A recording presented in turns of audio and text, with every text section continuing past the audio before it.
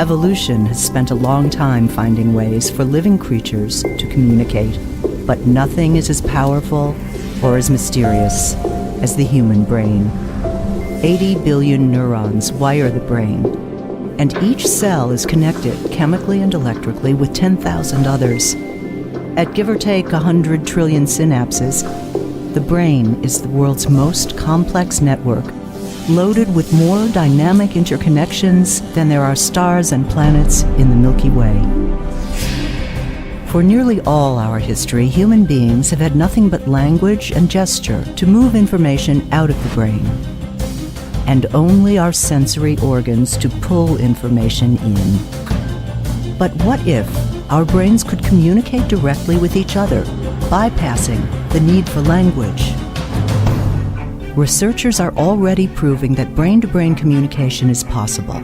In a first-of-its-kind experiment, signals from one person's brain were transmitted over the internet to control the hand motions of another person within a split second of sending that signal.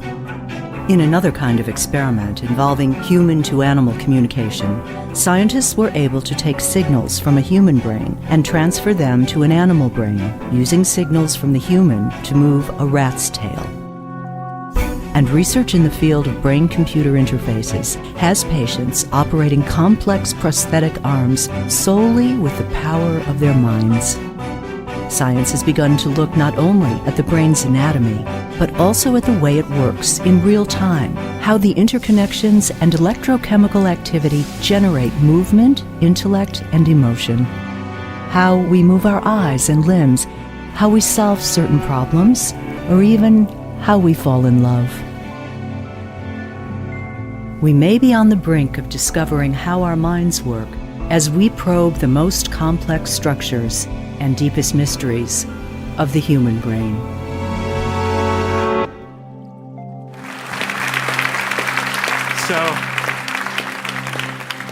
So I know what you're thinking. You're thinking,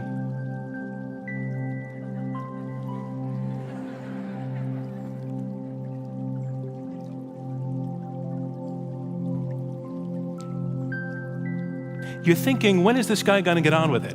And I know that because I'm guessing, and I think I'm probably right, at least for some of you, but it's not because I got into your heads or because we had a mind meld. That's something that I can't do, and I think most of you can't do. But what we're actually going to be discussing tonight is the horizon of a world we're approaching in which we have the first glimmers of that being possible. We're going to be talking about new research and developments in technology that actually allow for communication, the passage of information, brain to brain, without words being spoken, without language, without hand signals, without any kind of the usual use of senses to get that information across. It's brain to brain, human brain to human brain, and even human brain to animal brain. And how exciting is that? Or how scary is that? It's all that we're going to be discussing tonight with a panel of scientists who are really, truly at the front edge of this research. They're going to be showing you their experiments, talking about how they work, talking about the pitfalls, talking about the possibilities, and then we are going to be discussing just how much we want all of this to be happening in our lives. Is that a good thing or a bad thing? So warm up your applause lines, your applause moments again, because we're going to be welcoming a series of superb panelists to the stage, beginning first with the distinguished professor of neuroscience at Duke University Medical School and founder of Duke's Center for Neuroengineering. He was first to propose and to demonstrate that animals and human subjects can use electrical brain activity to directly control neuroprosthetic devices via brain-machine interfaces. Please welcome Dr. Miguel Nicolelis.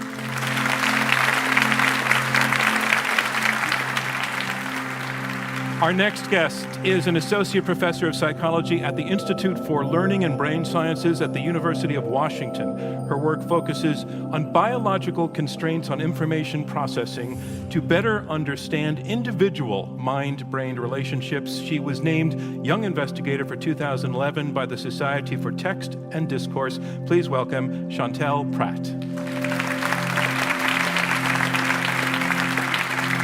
Our next speaker is an assistant professor of psychology at the University of Washington, Seattle. He develops computer models of how complex cognitive processes take place in the human brain. He helped develop the first non-invasive direct brain-to-brain interface in humans. Please say hello to Andrea Stocco.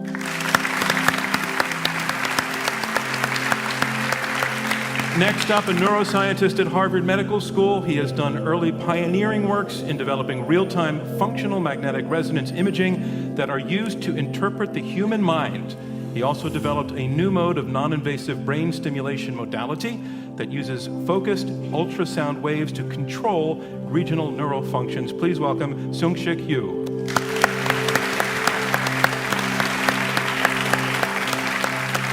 And also let's bring to the stage a professor of medical ethics and psychiatry at Weill Cornell Medical College. He is a past president of the American Society for Bioethics and Humanities. His latest book, Rights Come to Mind, explore brain injury ethics, the struggle for consciousness. He also teaches at Yale Law School. Please welcome Dr. Joe Finns.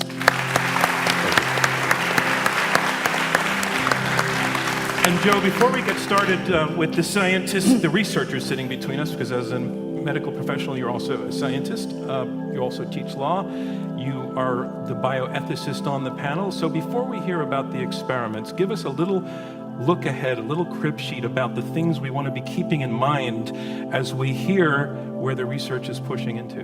Okay, so we haven't had a brain-to-brain interface yet, but so I don't know what they're really thinking. But what I want to just say, and I think is a kind of a preamble to this, is that there's a real privilege to do science, and there have been historical abuses of science, psychosurgery and the like, a lot of utopianism in the past, a lot of hype that was never realized. So I think my admonition is to keep it real, to keep it focused on human need, and not make it a science project, but make it an effort in the service of humanity, for the good of humanity.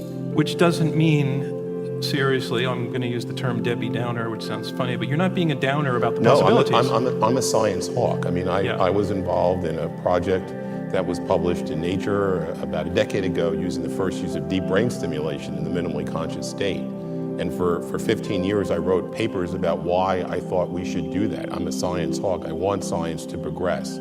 But I think it's very important that scientists act responsibly and responsively at the same time, and I know that my colleagues will do that. All right, let's look at where the science is taking us. What we have on the panel is arranged in roughly from this end to that, and roughly speaking, chronological order of the development of some of the real groundbreaking research that's been done in this. And so we're going to work down in that order. And again, our order is not perfect because you're all doing different projects at different times, but in terms of certain landmarks. And I want to start with you, Miguel. Now,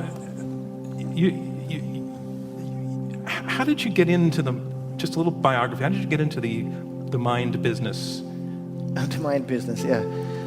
Getting out of my mind. Yeah, I was in medical school and I started working and research in Brazil. You go to medical school after high school. And in my third year out of 6 years there, medical school is 6 years. So you're 16 years old? I was 17.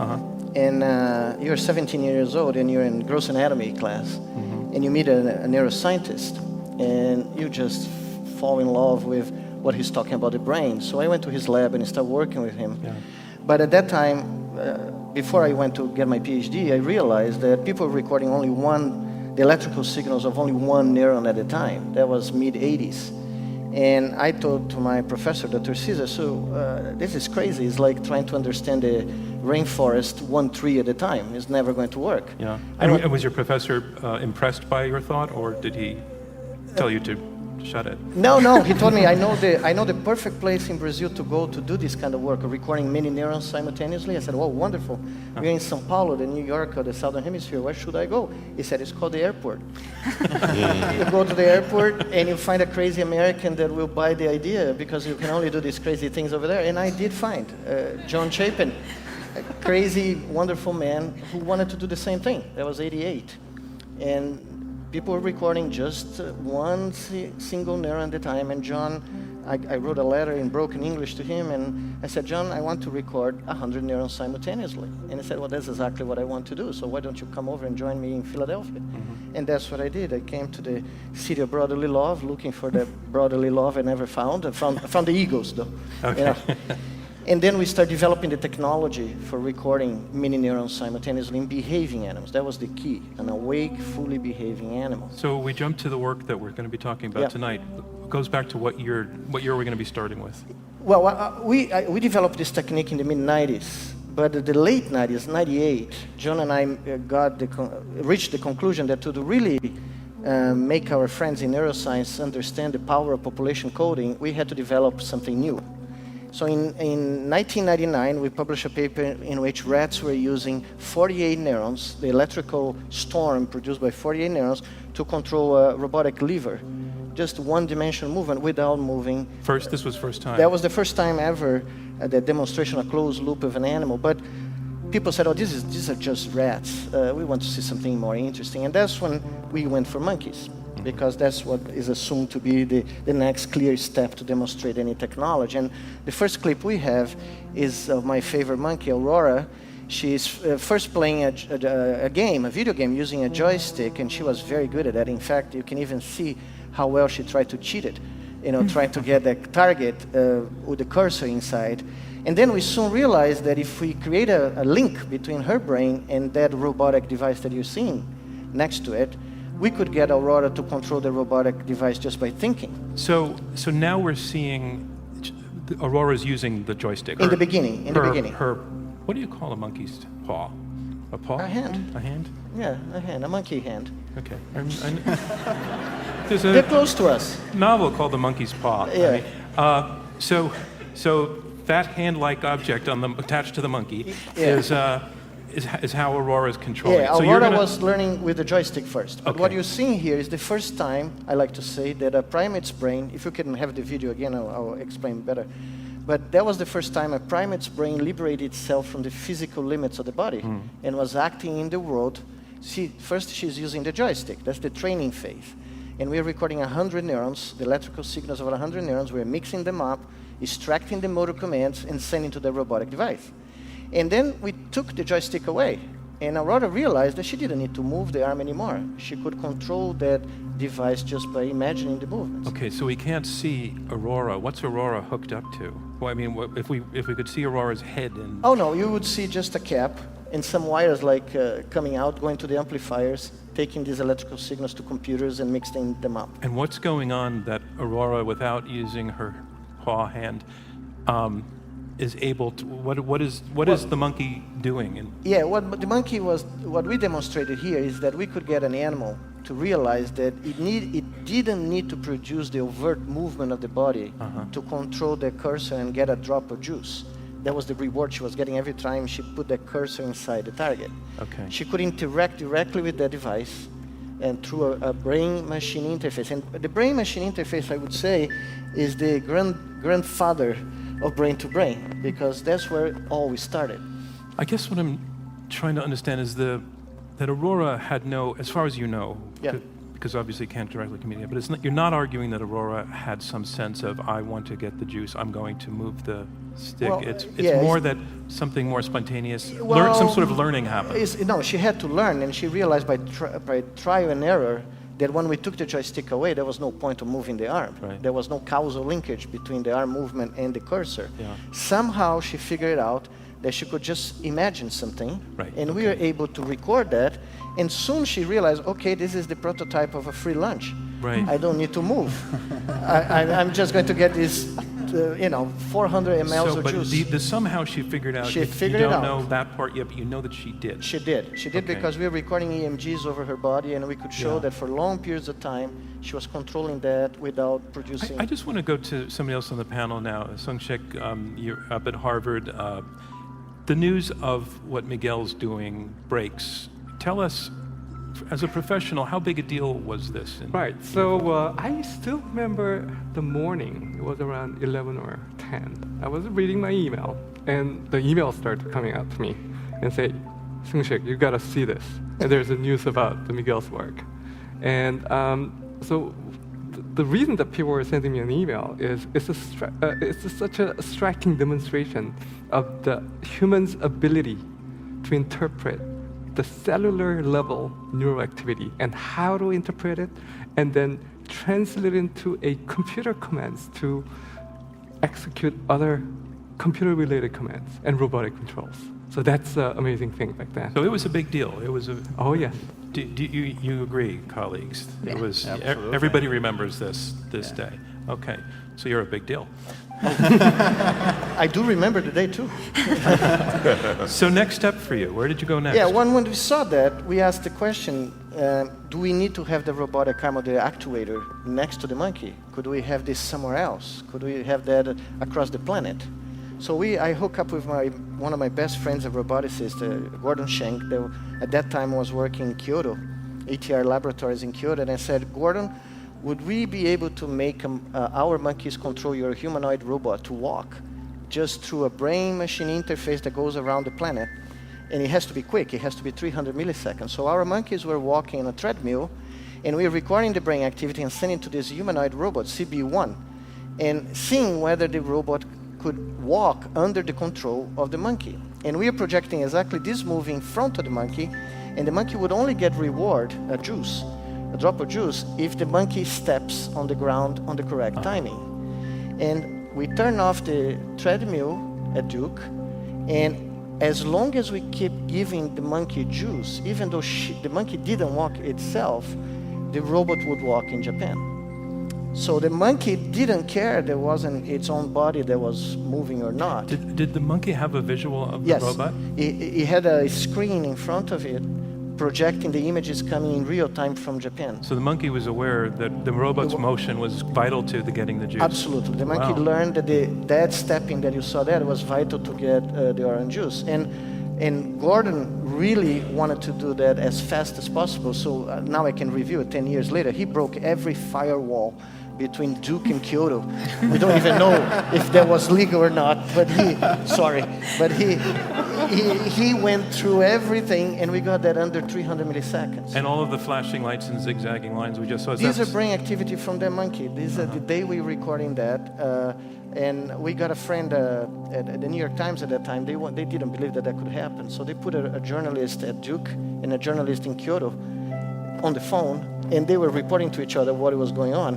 So they actually saw the experiment going on at the same time. And is this 100% success rate? Every monkey, every time? Well, we tried with 2 monkeys doing that. We published that with 2 monkeys, and they were successful. You know, the 2 monkeys were successful. It's not 100%, but it's very high. It's above 85%, yes. Joe, Finn's anything twitching in you as you see this in terms of questions that come to you? Pretty smart monkey.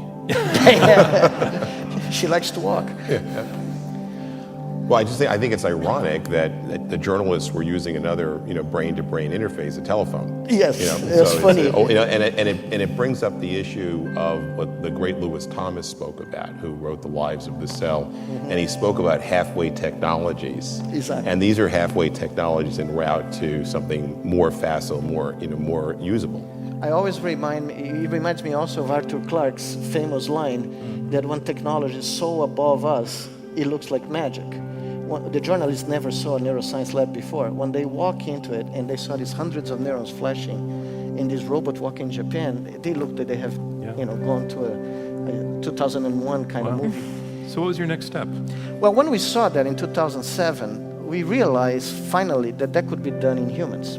We are confident that we could use a brain-machine interface to restore locomotion in humans. And I got lucky to be in the right moment, in the right place in Brazil around 2010, I think, in a meeting. Because Brazil had been awarded the World Cup, the Soccer World Cup, which was a big deal for Brazilians and most of the world. Didn't go so well on the field. Well, let's not talk about soccer. Yeah. We are science here, right? We are science. Yeah. So I was in this room and people wanted to do a demonstration, something that was beyond music and soccer, something that would give a message to the whole world of hope. That was the theme. And I was sitting in the back room and I said, what about if we have a paraplegic Brazilian using a brain-controlled robotic exoskeleton to deliver the opening kickoff of the World Cup and feel the ball when he kicks? And this is an example of one of our patients that was trained to use a non-invasive technique, EEG, to imagine walking, and these signals basically translated into digital commands that go to a robotic exoskeleton that he's wearing. And not only he can walk with this device, but we have sensors all over the exoskeleton that when pressure sensors, when he touches the ground, there's a pressure wave that is generated and delivered to a vibrating element on his arm. Oh. So his arm is used as a transducer for his brain to imagine movement. So we found a combination of the elements by changing the magnitude and the timing that generated a phantom sensation. You probably heard about phantom limb sensation. Sure. They had phantom limbs.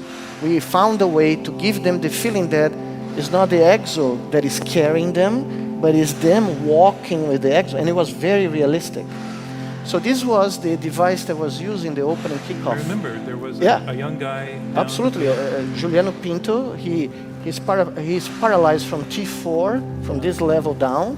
2/3 of his body is paralyzed. But for him, was this a one-time only sort of spectacular moment, Oh, or is he still working with you? No, we have been working with all these 8 patients for 24 months now. Yeah. And the most beautiful part is now we know, because we have done neurological examination of these guys, and they have been chronic spinal cord lesions. Yeah. They have been in a wheelchair for a decade. 2 years later, 7 of these patients have recovered sensitivity below the level of the injury and motor control, voluntary motor control of some muscles below the level of the lesion. So I think plasticity was triggered by this exercise of imagining you're walking and getting this feedback that is very realistic. So this conjunction of the output to control a device and the feedback that feels like my body is moving may have triggered axons that were left, nerves that survived the original lesion to start working again. So far you are showing us the ability to read information out of the brain directly. And send feedback back. And send feedback. Yes. And that was happening, the kick was 2014. But since 2011, I had published a book, my book, Beyond Boundaries, and I had predicted that the next logical step there would be to try to connect brains. And when I published the book, lots of our colleagues said, "Oh, this is never going to happen. It's too crazy." But Did you all say that? Or? No, not them. No. Not them. No.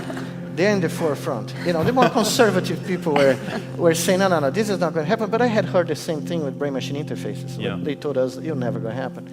So the next step was to try to do that, to try to connect brains of animals. I was working mainly with animals in that beginning. We started working this project in 2012. But by 2013, we had the first paper out. And this was the communication between 2 rats. It was just a proof of concept, but I was very keen to see, one, if it could be done, if animals would understand simple messages that you're sending from one to another, and what would happen to the brains of these animals when they're interacting with one another. Because would they synchronize? Would they work as a whole, as a team? Because I had proposed a concept in that book of building an organic or a biological computer. So these are the cartoon of some of these experiments where we are linking rats. These are different designs of that the experiments. This is actually a paper published later. But first of all, we needed to see how much plasticity we could get out of adult rats. And there's a video clip showing an intermediate experiment where we wanted to see if we could create a new sense in rats, adult rats. You mean a sense in addition to the 5 senses? Yes, okay. In addition to the regular common senses, this is an animal that learned to touch otherwise invisible light. Infrared, as most of you know, mammals cannot track infrared beams, humans and primates cannot. But we asked the question, can we actually get an infrared sensor in the head of these animals and get the electrical output that comes from it directly on the touch cortex, on the part of the cortex that is representing information from the face? And can you get these guys to learn to feel that invisible light as if it were some kind of tactile sense? And it turns out that they learn that. In fact, they can learn that in 3 days. So what this animal is doing is tracking a beam of infrared light, not by seeing it, but by touching it. And when it gets there, it gets a drop of water as a reward. They learn amazingly quickly. Very quick. If you do now the same experiment by putting that output in the visual cortex, they learn in 6 hours to track that beam of invisible light. So when we saw that, we said, okay, we are ready for the big one, the big experiment. And that was building a direct linkage between two rats. The first one is the encoder rat, and the second one is the decoder rat. The encoder rat does the heavy duty. So he gets a visual cue that tells him whether to bar press left or right. If he does correct, he gets a reward. Well, when he gets the light, and that's the video we are seeing, you see the left trial, there is a light that comes out, tells the encoder rat, okay, press left. When he makes the decision and press that, we get a snippet of his brain activity and sent to the second guy, who doesn't get the correct cue. He doesn't get any cue. The two lights are on. And the question is, can the second guy interpret that and press the correct lever? And in 70% of the trials, they do. So this is a right trial where he goes to the right, press the lever. Now we are sending the message to the second rat. And the second rat will say, okay, let me get that food. And he decodes the message that is coming directly to its brain and gets the food. What's the significance of getting 70% and not 100%? Oh, because there is some noise. And we are using, at that time, we are using just one channel transmission. We are using a poor channel of communication because we had no idea what would happen. But the interesting thing is that there's a caveat in this experiment that got us thinking much deeper than we thought in the beginning. The first guy is getting reward when he bar press, but we decided to create a bonus to the first guy. So if the second gets right, the first guy gets a bonus, gets extra food. So this guy said, okay, I like that bonus. I'm from New York. I work in the financial district, and I love my bonus. You know, I'm willing to do all sorts of crazy things for that bonus. No, they're not rats of anything. Yeah. I didn't say that. I didn't say that. Yeah, we're not guilty of that. Well, in any event, what happened is the first guy does it, but this guy, for whatever reason, the second one gets a mistake, doesn't get correct. What we noticed that instantaneously in the next trial, the first guy slows down the movement and makes it the brain signal to noise higher, almost like saying, can you get it now, idiot? Because I want that extra reward. And the second rat invariably get it right. And he got it right for several trials because he got the idea. So after a few trials, the first guy slacks again. He does very quick and his brain to noise goes down, seeing whether the second guy can get it done. Wow. And that was the kind of adaptation that we didn't predict. There was some non-linear adaptation. And the second one is that the brain of the second guy, the decoder, the neurons there not only now respond to the body parts of the animal, but also to the touches of the body parts of the first animal. So two bodies are represented in one brain. Okay. So that was unpredicted. We had no idea about that. All right. Well, and in all of these cases, the animals have stuff sticking through their skulls. Tiny stuff, yeah. Okay, you're merciful, but there's you've got to go inside. About 2.5 millimeters. Yes. Okay, because the reason I'm bringing that up, I want to move down to your two colleagues now from Washington State, Chantel and Andrea. And first of all, you two work together in the same lab, but you know each other pretty well, right? Yeah. We met a few times. We met here in New York, actually. Yeah. 9 years ago. How long have you been married? 7.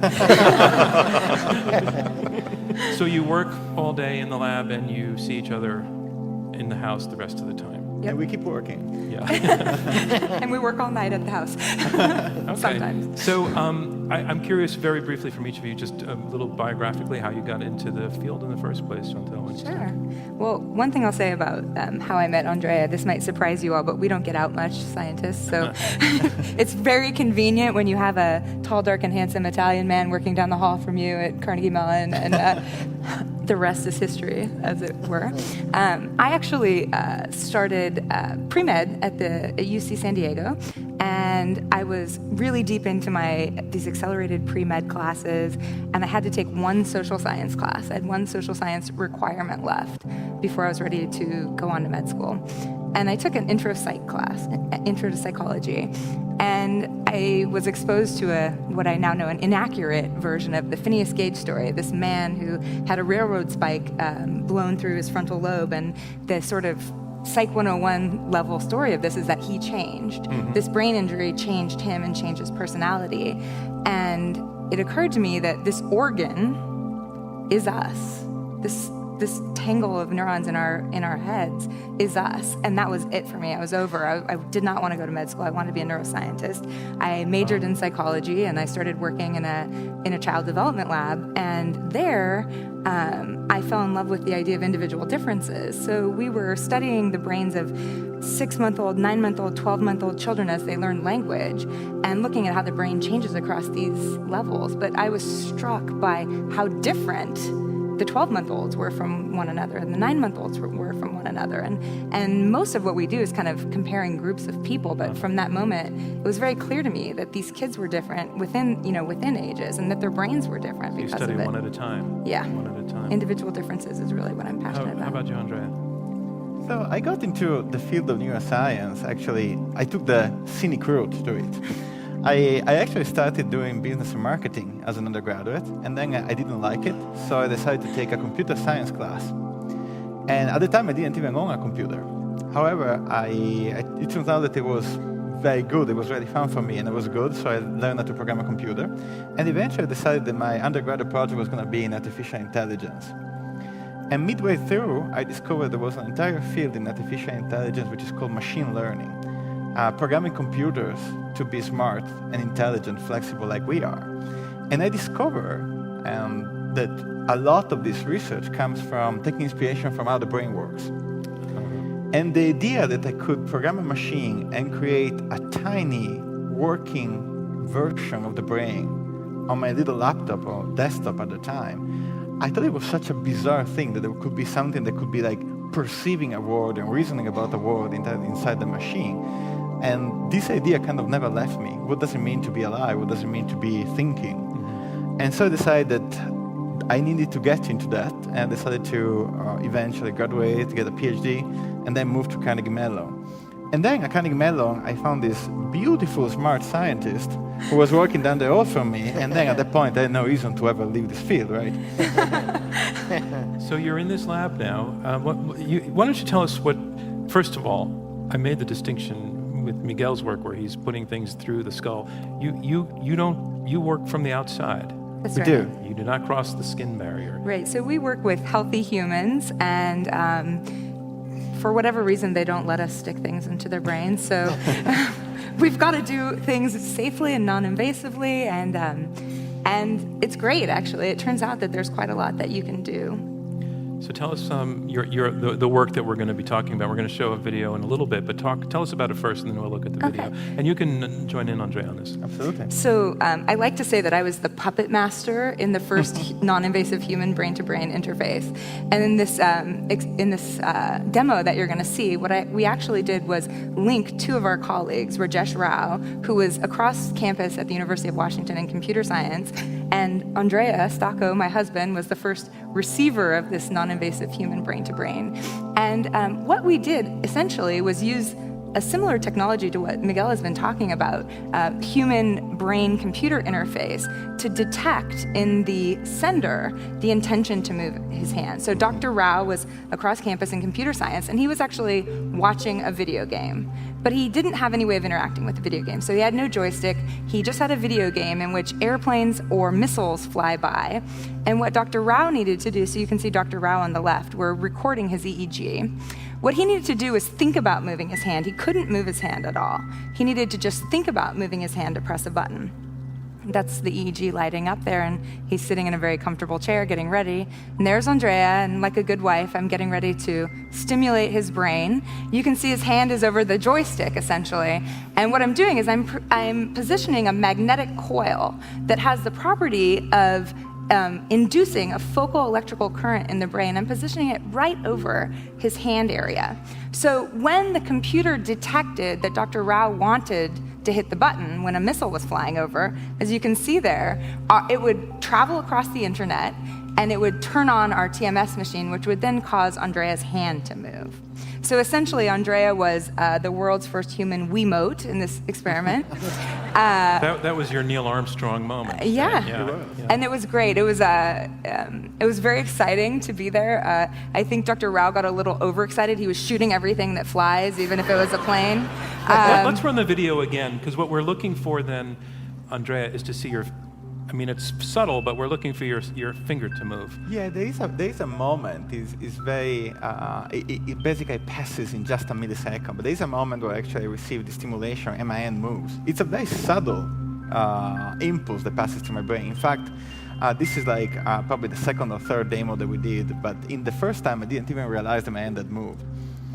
We can reach a level of control that is quite subtle, reaching only. So there it is, right here. Okay, so tell us what you were feeling at that moment. And again, just to make clear, there's that round donut-shaped metal object above your head. That's beaming in a magnetic signal. That is correct. These are magnetic which fields is triggered by a computer, which is triggered by the signals from Dr. Rao's Absolutely. brain. Okay. That is correct. This is actually the very first time this happened. I still remember, this was August in 2013, the first time we actually made it work. I was there, and actually I was just waiting for something to happen, but because humans tend to be a little bit aware of their experiments, and we want to make sure that everything is working without humans knowing what is going on. I was kind of like in an isolated chamber. I had no idea what was going on. Everything was behind me. The experimenters were all behind me. I had noise cancellation earphones, so I couldn't even hear the tiny clicks that this machine makes. That was a detail I left out. He couldn't see or hear the game. Absolutely anything. This way they were sure that actually when I was moving my hand, I was moving because the system had controlled my hand. We actually know now that this impulse is so much faster than any voluntary movement I could have made. Anyway, I was there, and I remember wondering all the time, when is it going to happen? Am I going to feel anything? Is it going to work? Is it ever going to work? And I remember very clear at a certain point, I didn't realize that I moved my hand, but I had the idea that people were moving around, and I could hear distinctly Chantal's laugh to the noise cancellation headphones. So you could what? Chantal's laugh. Oh, you could hear her laugh. Yeah. And I realized it must have worked. That was my YouTube fame. We have like 1 million hits on YouTube, and it's just my cackling in the background while they do this experiment. Actually, it would have been cooler if what you heard in your head was Dr. Rao's voice, like in a movie saying, "Shoot the plane, shoot the plane," because that's what, when this is carried to fruition, I'm sure that's what's going to be happening. So, what's your next experiment? Our next experiment, we have actually a bunch of experiments we are working on at the same time. There's one thing that I would like to make clear, though, that different from what Miguel is doing with rats, the capabilities of transmitting information non-invasively are much more limited. Our machines are safe. We don't need to open up the skull. But what we can exactly do is pretty limited, and we're still learning how to develop these machines, develop better technologies. So Sheik here is actually working actively into improving these technologies 1 order of magnitude possibly in the future.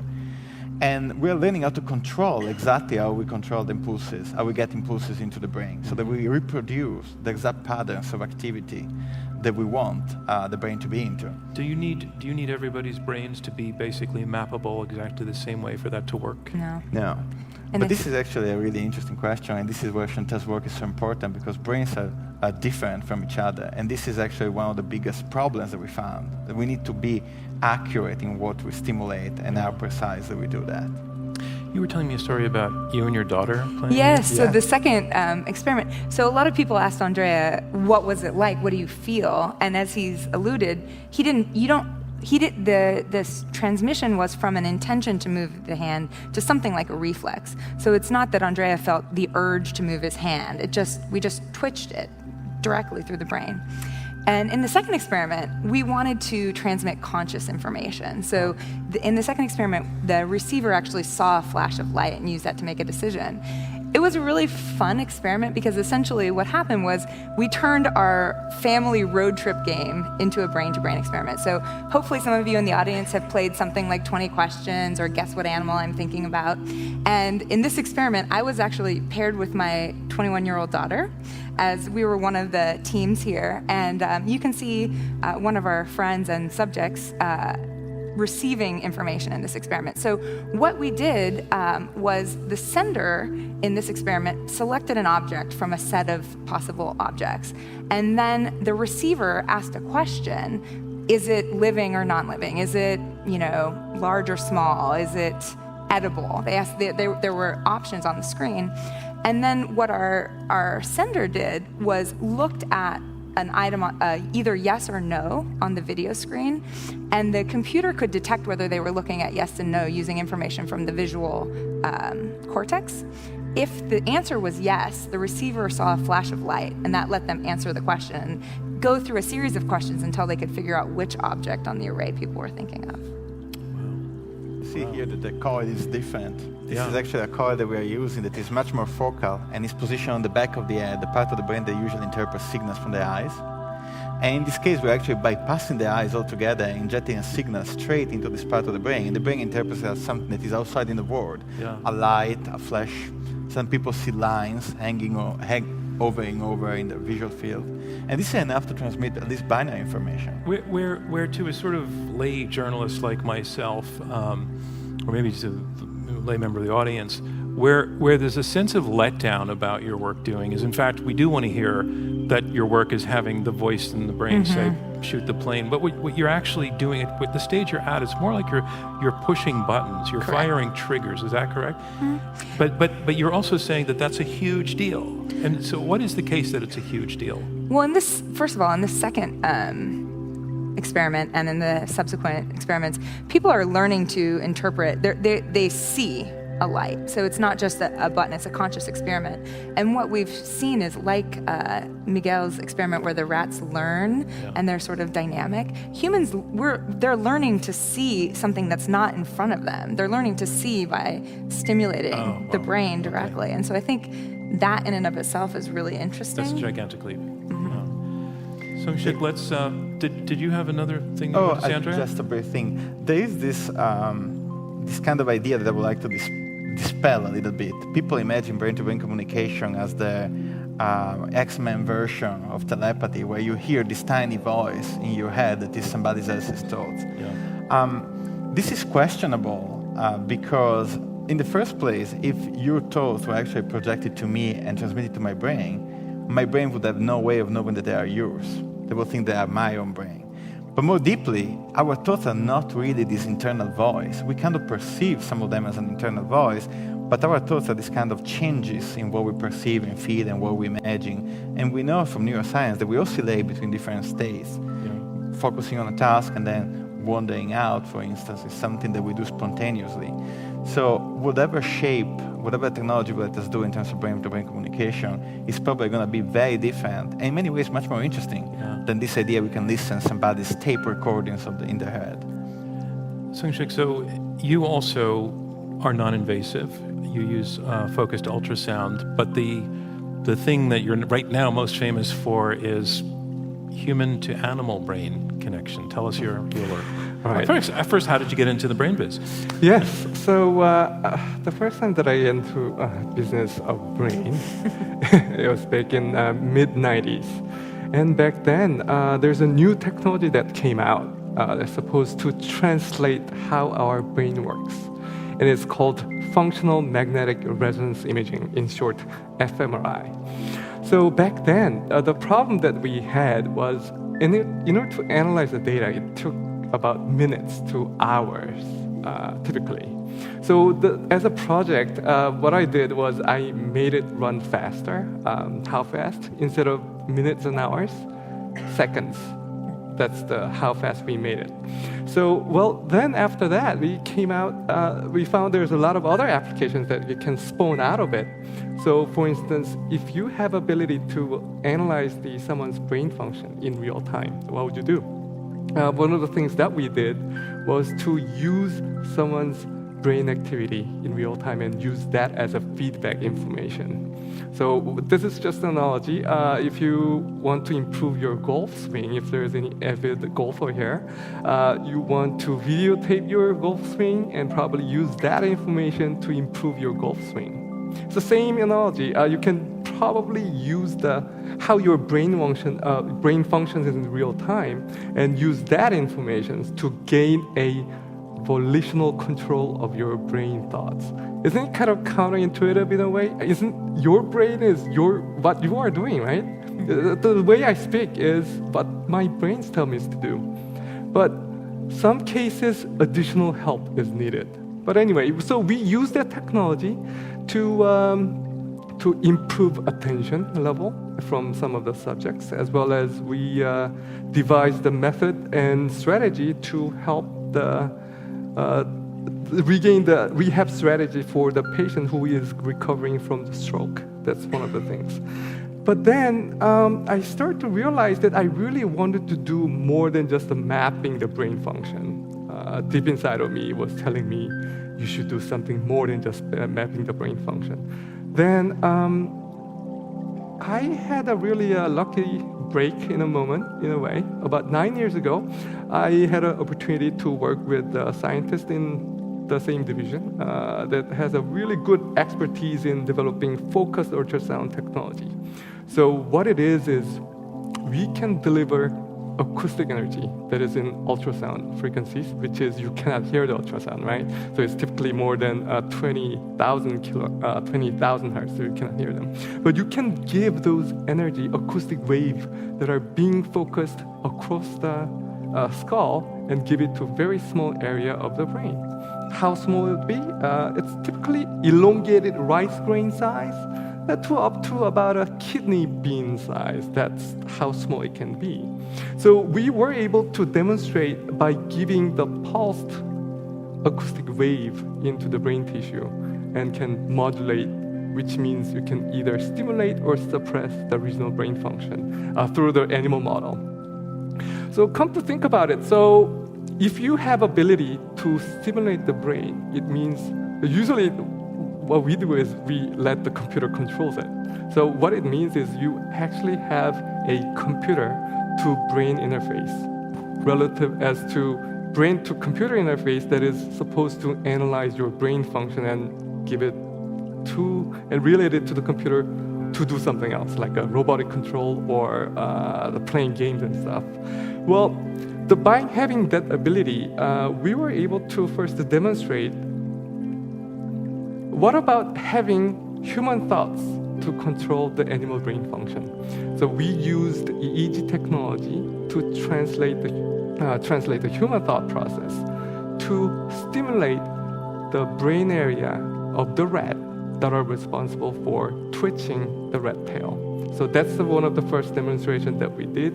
And after that, as the video will show you, we divided the experiment in two different sections, senders and receivers. And sender typically sit in front of the computer screen, and the person just look at the target that appears left or right on the computer screen. By looking at it, and the sender engages an imagination of moving, clenching either left or the right hand, depending on where the target appears on the screen. And then EEG picks up the changes in EEG signals and determines which of the left or right command that the senders are generating. And upon detecting that signal, then we transmit the information through the internet to another computer that are located about 15 miles away.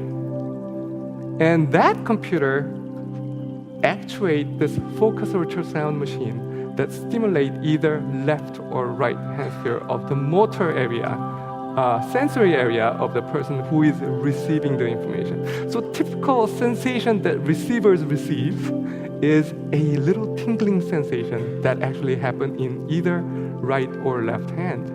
So upon having the sensation, the receiver let others to know by clenching in this case, his right or left hand.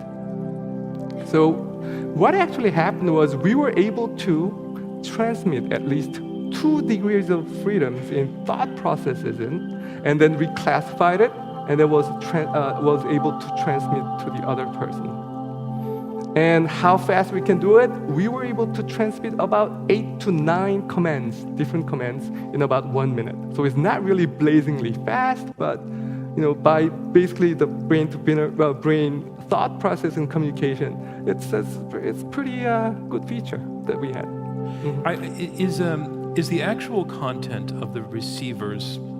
Does the receiver need to be thinking about motion in order to stimulate? Could the motion, or could you set it up so that the receiver is thinking about a cheese sandwich, and that stimulates motion if you program things that way. Right. So this is really intriguing question. So the content of the information that you can transmit is still very limited. It's very rudimentary. So it's either imagining it moving your left or right hand that much, and the person who receives it is a tingling sensation that actually happened either right or left hand. That's about it. So the amount of the content of the information that you receive is still limited. Joe, of everything you've heard so far, what's leaping out at you as either fascinating or let's be wary or let's not oversell? Well, I think a little bit of all of that. I think the notion of the rats learning from each other, it has implications for education. A teacher trying to educate a student who's not getting it. Is there a way of amplifying the signal and in real time in a classroom? So this is not just in a laboratory. It may have applications in places we don't generally think about it.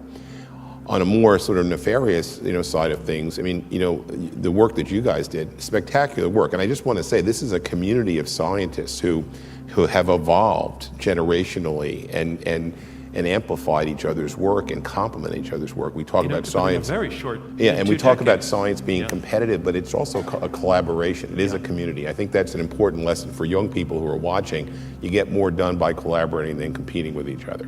But what I think is really, really kind of frightening and scaring and exciting at the same time is that when you were pressing that button, you did not know you were pressing that button. You had we talked about volitional control. This technology can improve volitional control, but it also can be done without volition. And that brings up the issue of being controlled by some other agency, by some other entity. That happens often. That happens often. Happens all the time, right? You're living in the media capital of the world. Watch TV. That's right. But it's right. The propaganda is the ultimate kind of mind control. Yeah. So it's not unique to neuroscience. But I think it does raise the question of the proximity of the intervention, and it's happening in your head. And let's say, we got a little more sophisticated and the technology will certainly evolve, and you have a neurological reason to have such a device, maybe to help improve your learning after a stroke, and you do something, you hit somebody. Was it you or was it the device? And how do we determine culpability and responsibility? And then the issue of embodiment. Is this you or the machine? Is it a tool that, like a blind person who has a cane, who's able to, but people who have canes begin to feel that the cane is part of themselves, it's embodiment.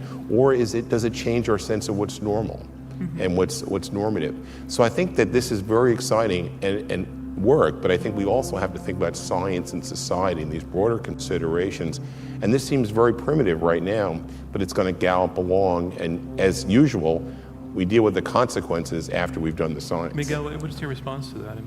First of all, it does seem primitive, but can it move fast? And the questions that Joe's raising matter? Well, very good questions that I have thought since the beginning. And in fact, later maybe I can show a different variation of this thing in monkeys that go to exactly to your point. Because I have three concerns about this, and they go into your line. One is exactly what you said. If one day someone may want to use this technology to make someone perform a behavior that is not the actual voluntary intention of that person. As of course is a concern that we all have. The other that I find is the central concern of neuroscience, in my humble opinion right now, is the possibility of the weaponization of the brain.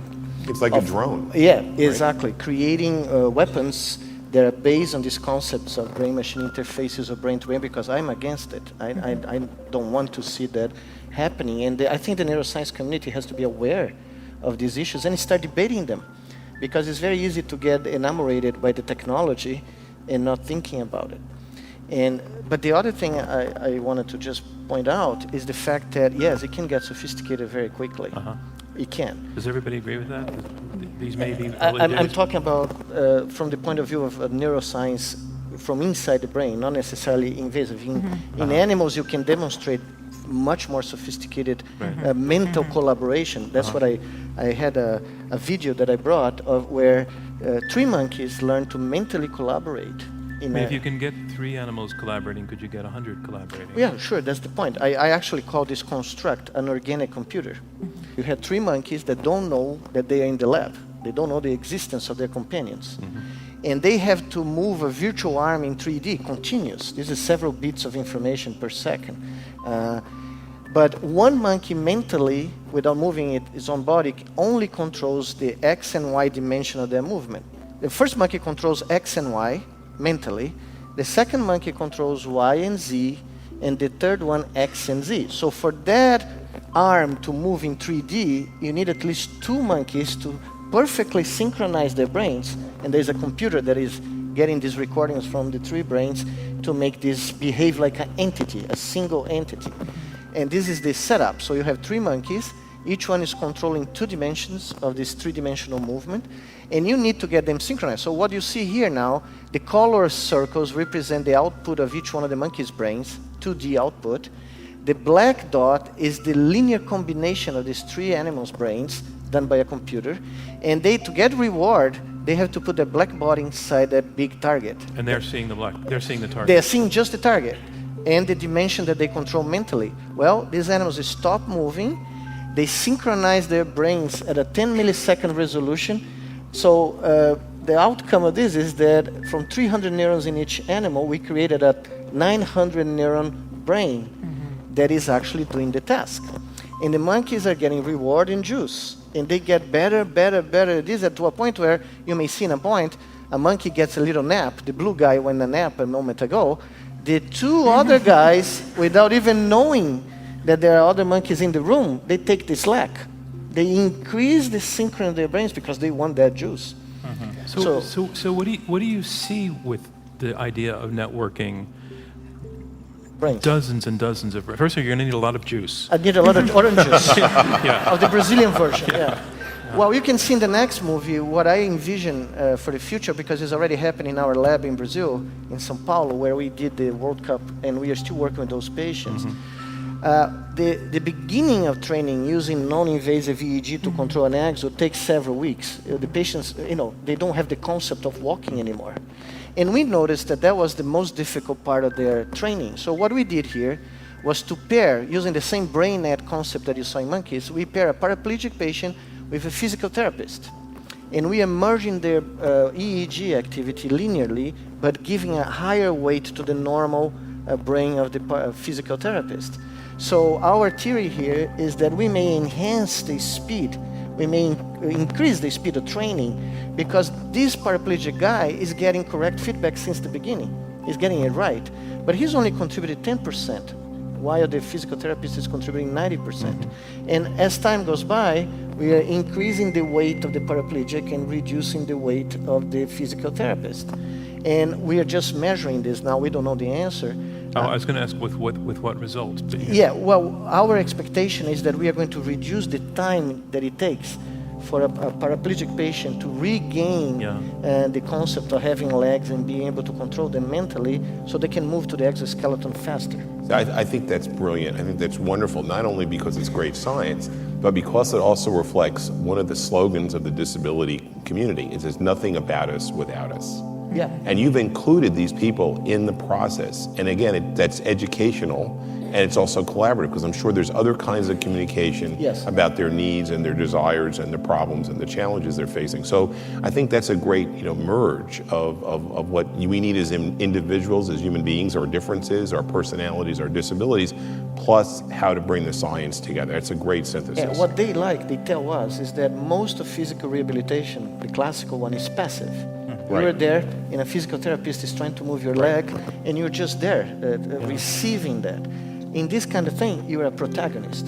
But I think actually this is like a key point. I think that all of us were sharing stories of being given slack because people believe that some of our research is just scientists playing fancy video games using each other controllers, or having a rat being a controller. It is not. So we start, and we need to start small, and sometimes we play around with scenarios that are intentionally a bit chaotic because they are simple to control. But what we see is actually ways in which we can possibly help people recover function faster than now. And this is something that needs to be kept in mind, as Miguel was saying. No pun intended. Exactly. As Miguel was saying, most of neurorehabilitation is based on techniques that are centuries old. But essentially, it means that once you have a problem, you need to go back to square one and relearn how to move like a child. Yeah. But imagine that we can record your brain activity, keep it on a hard drive, and then when you have a stroke, we can use the signals to train your brain backward.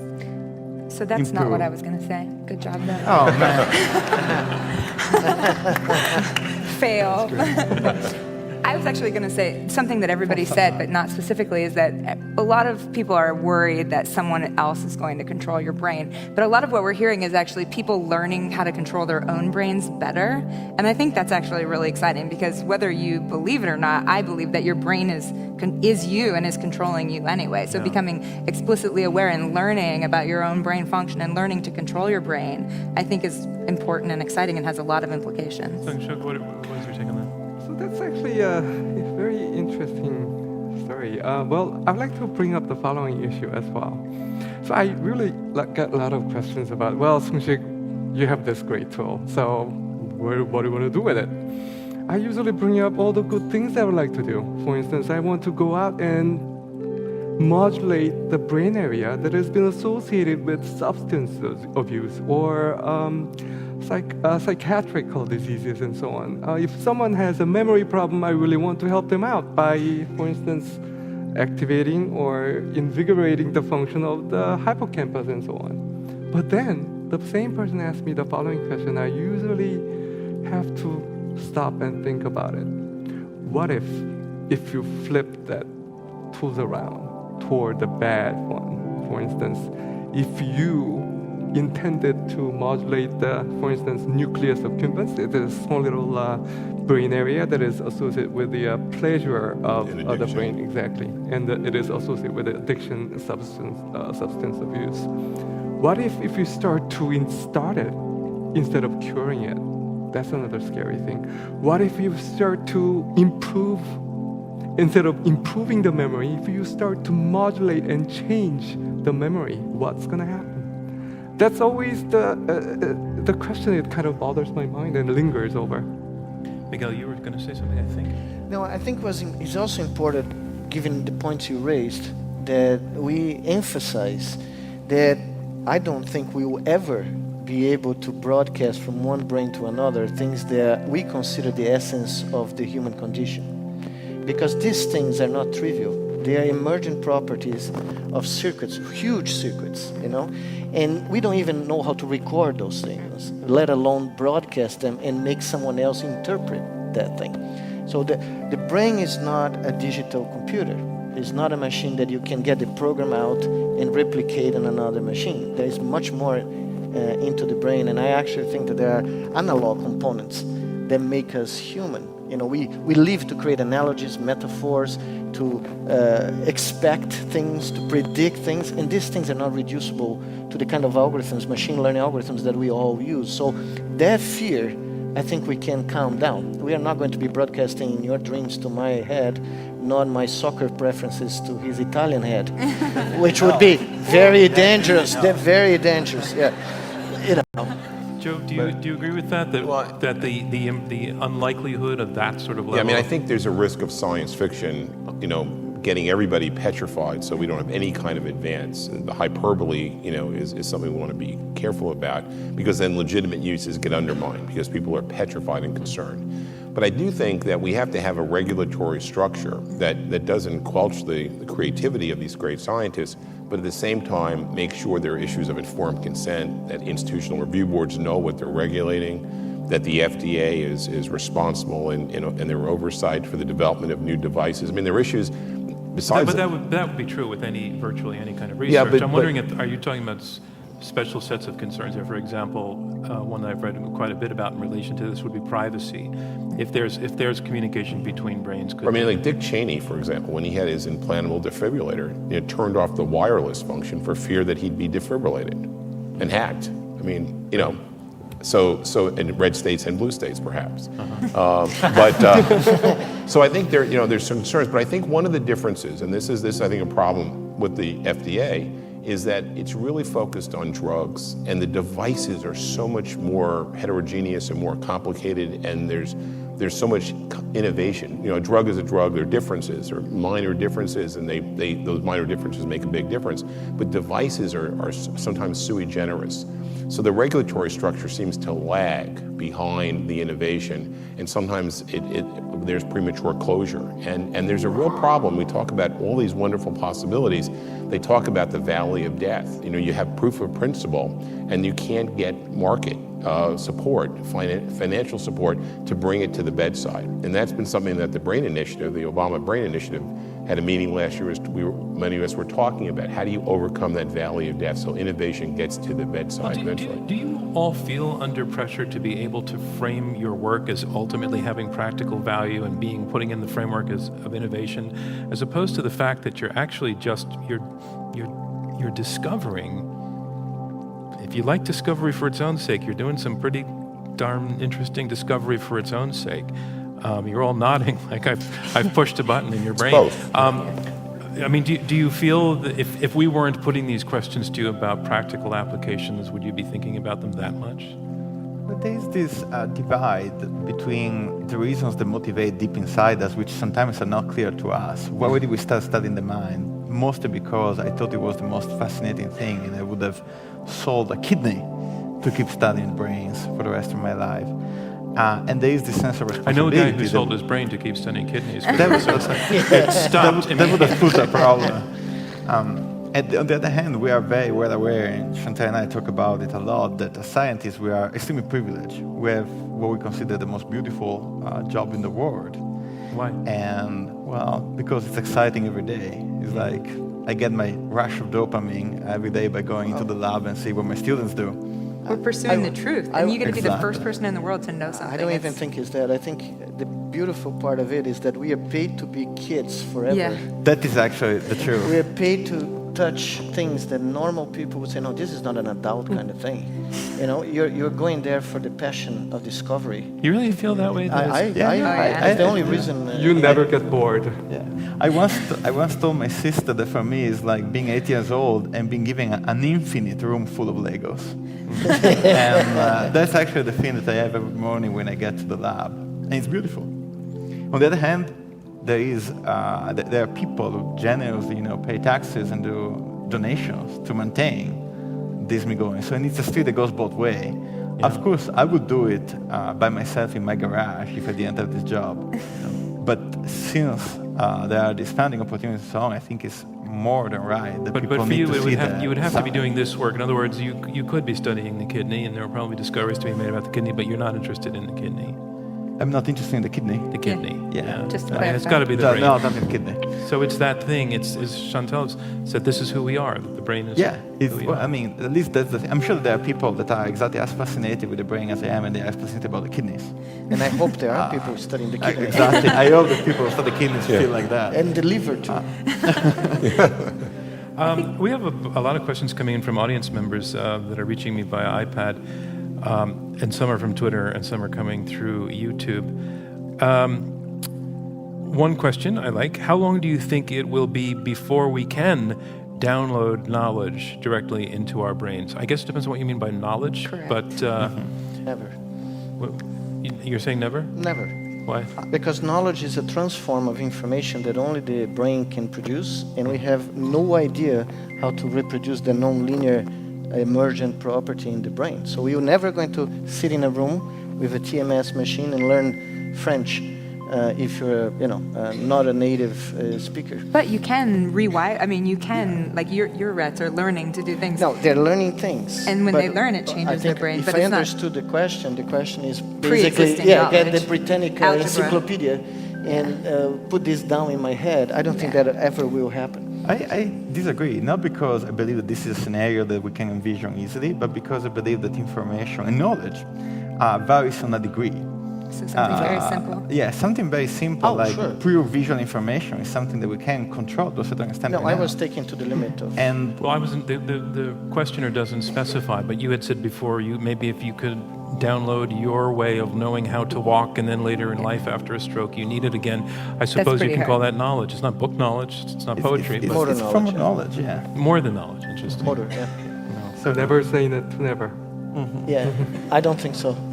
So yeah, I totally agree that the downloading entire memory, like Yeah, that's what not- you've seen in the movie, Yeah. may not be that possible. But if you make a very, very simplified version out of it, I think you will be able to. But certainly not wisdom. Exactly. But you know, we should give credit to a guy named Arthur Clarke, who back in the 70s wrote a book, the final book of the trilogy, 3001. And the book starts with something called the brain cap. And people are learning knowledge about the universe, languages, and everything by hooking, a brain cap to someone that is very wise, broadcasting that to someone that is not so wise. And Arthur Clarke wrote a space science fiction novel in which half of the book is about these brain caps. So it's very interesting to see the way back. Yeah. Science fiction writers of that magnitude, one of the greatest, was using the brain as a frontier. He also brought us how. Yes. How? Yeah. Is there any fear of brain function alteration from focused US or ultrasound, I think is what it means, focused ultrasound or magnetic stimulation in your subjects? Is there any fear of brain function alteration? In other words, I think, can these experiments hurt your subjects? So functional alteration, I think it's a little obscure to me, but if I wanted to add on a little bit, I tend to never, it's very difficult question. It is a good question though. I think there is a possibility. So it really depends on how you're going to use them wisely. So yeah, it's a level thing. So every single experience changes your brain. So clearly, if we stimulate a part of your brain, it changes your brain. The question is, how significant is that one single stimulation in terms of every other microsecond of your brain? Transcranial magnetic stimulation is a tool that is FDA approved and is used in clinical situations such as to treat depression and so forth and so on. And again, depending on the way it's used, not the way we use it, but you can create these temporary downregulations of parts of the brain that sometimes, again, helps when that part of the brain is getting in the way of your everyday functioning. We're very careful. So to the extent that we know how long-lasting these effects are, we're very careful. We deliver one stimulation approximately every 20 seconds, which makes our experiments really slow. It's a good thing they're playing a game in between. Did he change? Yeah, of course. Did he change after you Yeah. zapped him? No, Yeah, no, but I've been I doing got it a lot really at home good at too. holding Just space bar. dishes. The dish cortex Oh, is he's really doing dishes strong. better, yeah. Yeah. I'm still waiting for funding from NIH for that. But Right, so simply put, we believe it will change it, but we haven't gone that far yet. Well, in deep brain stimulation, which Yeah. has been used, investigationally for therapeutics for Parkinson's disease, people have had improved learning as well as motor improvement. For the treatment of OCD, the obsessive compulsive disorder, it actually dampens out those symptoms. And there's some real pioneering work for depression. And I would just add, one of the things that's really interesting is that there are different places in the brain that you can target that have variable effects on depression, which gets to the individual differences, the variability, and also the fact that these circuits are immensely complicated. So the one advantage of DBS, or getting directly into the brain, notwithstanding all the risk-benefit issues, is that you can target something, whereas transcranial or external stimulation is a bigger window of activation, and maybe more superficial. We've made this distinction between the work that you're doing where you're actually putting electrodes, probes into the brain, and yours, all three of you are doing outside. It's almost stereotype cliche of the crazy guy saying they put a chip in my brain, but Oh, it will happen. We have already 30,000 people, more, 80,000 people with chips in the cochlea, Yeah. which is pretty close. Well, you have the I'm 100,000, over 100,000 for 100,000 Parkinson's, yeah. DPS. Right. but in the context of what we're talking about, or are we in that context already? Can I tell you just very quickly a story? When I was in medical school, the the first pacemakers, heart pacemakers, got to Brazil in the 70s, late 70s. It was a big thing and required open heart surgery at that time to put one of those things. And my professor of cardiothoracic surgery went to a guy on Friday, and the guy didn't want to do it, and he was about, to have a serious condition at that point. He had a very bad arrhythmia. And the guy said, no, this is too big. I don't want to put in my heart. And my professor said, do you want to watch the soccer game on Sunday? It's the end of the championship. He said, oh, absolutely. I put money on it. I said, let's put this pacemaker on your heart. And he got it. He lived years. I don't know how long. I didn't follow him. But now, a pacemaker, a heart pacemaker, is the size of a fingernail. Really? You make it through an artery. You deposit it in here. I don't know how many people, but it's close to more than millions probably. You don't know that the guy had a heart pacemaker. It's teeny tiny, very safe, and it has saved millions of lives. So as technology evolved, and as we know more about the brain, I have no doubt that in decades, for different conditions, of course, epilepsy, Parkinson's, or other things, we will have tiny implants that we don't even know that the patient has. And it's going to be all wireless. There's nothing coming out of the head. It's going to be like the heart. I agree. And there's right now the distinction between invasive technologies, like what Miguel is doing, and non-invasive technologies, like what we use, is very obvious. The technologies look different, they feel different, they apply different, they reach different parts of the brain. But you can envision very easily things that go in between. Even with the most obvious and safe and now consumer distributed non-invasive recording technology, which is EEG, you can imagine just tiny things that will go under your skin and will give you a better signal than what we can get now. You can imagine things that will go inside your skull and could be implanted, and you could actually just reach inside and would be absolutely painless. Sorry. Painfullessness. And we could go. And there are technologies that go in between the skull and the brain. They don't quite touch the brain, they don't hurt the brain, but let you stimulate and record brain activity with a level of precision that is unimaginable until a few years back. Joe, does that change the calculus at all in terms of ethical questions or legal questions? Actually, Well, I think one of the ongoing issues right now for some of the deep brain stimulation trials are people who were implanted that had good effect, and companies go out of business, and they're still implanted, and they want to continue to receive the intervention for the stimulation. And so I think we have to really think, sort of broadly about our ongoing obligation to these folks. The other thing that's been happening with deep brain stimulation, despite all this very promising work, it's been a lot of trials have been considered failures. And they've been considered failures because the device companies only follow people for a certain amount of time, or they set arbitrary limits about what constitutes success. So 20% of people have to have an effect within a certain period of time. But then there are people who have a positive effect after the trial's over. And what about the 10 or 12% that have an effect?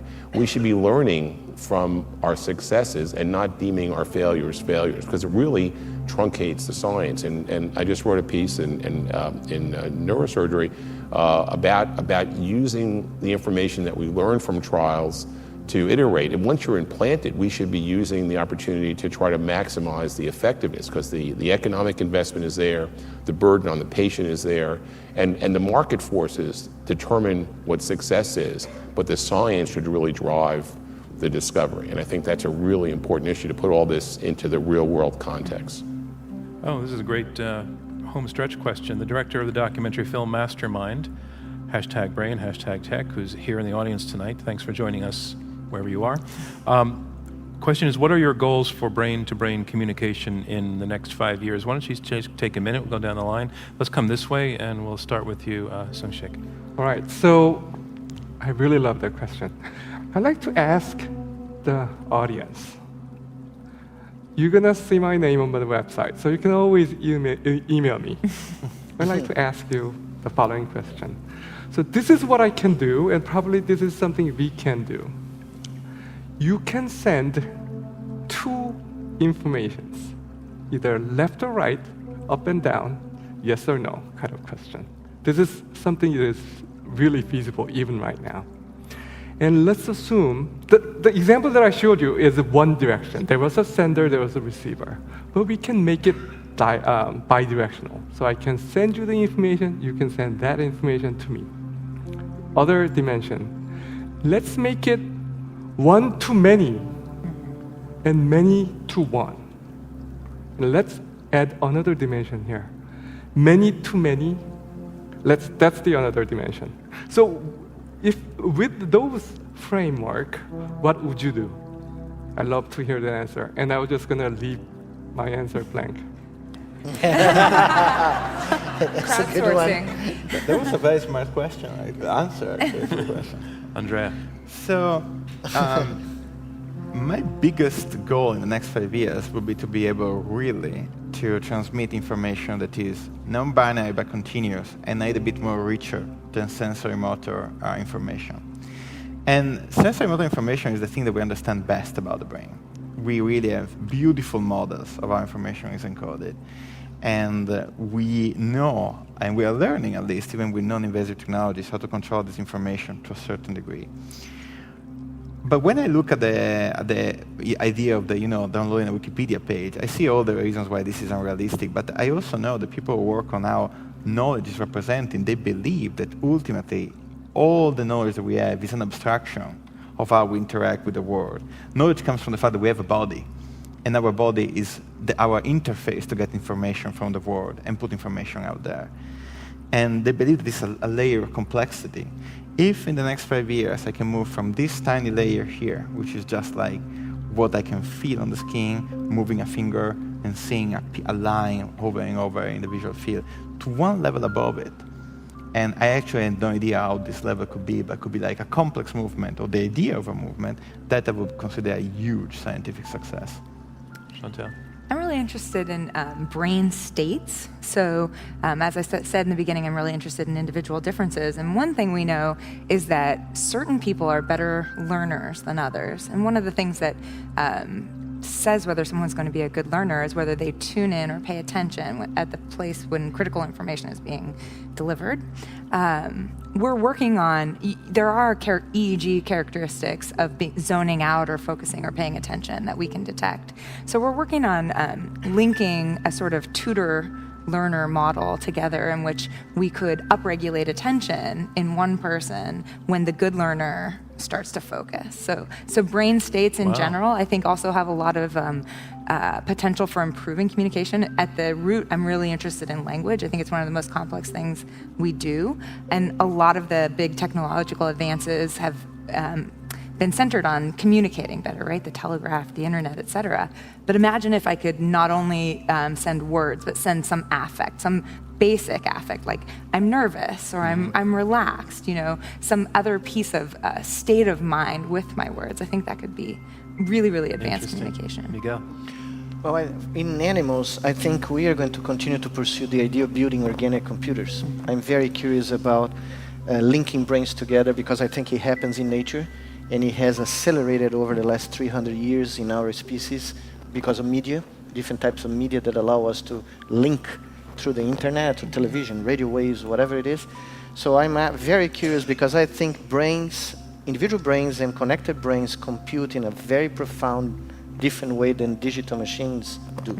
So I want to study the basic computational laws of these organic computers as a more abstract thing. From a more applied way, I want to create brain nets with patients. They're either spinal cord injury patients or stroke patients, aphasic patients, patients that have a neurological deficit, and see if you can stimulate plasticity or a recovery like we saw in the spinal cord injury, because we used non-invasive in there, and it worked very well.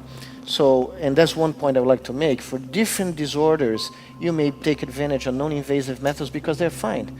And for others, like lock-in syndrome, for instance, people that cannot move any muscle, you may need to get into the brain. So I want to see if brain nets from a clinical point of view can be generalized as a new therapy for rehabilitating neurological circuits in different kinds of pathologies.